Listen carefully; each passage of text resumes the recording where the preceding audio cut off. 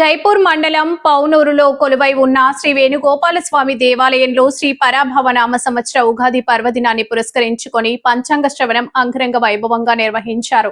ఈ కార్యక్రమంలో గ్రామ పెద్దలు, మహిళలు, శ్రీ వేణుగోపాలస్వామి భక్తులు సాంప్రదాయ దుస్తులతో పాల్గొని పంచాంగ శ్రవణం తిలకించారు.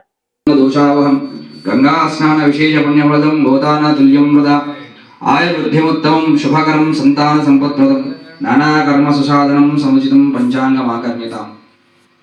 పంచాంగ శ్రవణం వల్ల జరిగే ఫలితము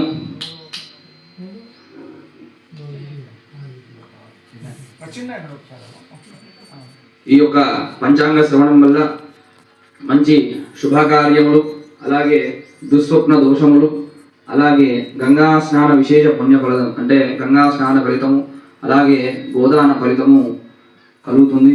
అలాగే ఆయుర్వృద్ధి, తర్వాత సంతాన సంపత్తి, అలాగే మనం చేసేటటువంటి శుభకార్యములలో కార్య విజయము, ఇవన్నీ కూడా ఈ యొక్క పంచాంగ శ్రవణం వల్ల కలిగే ఫలితములు.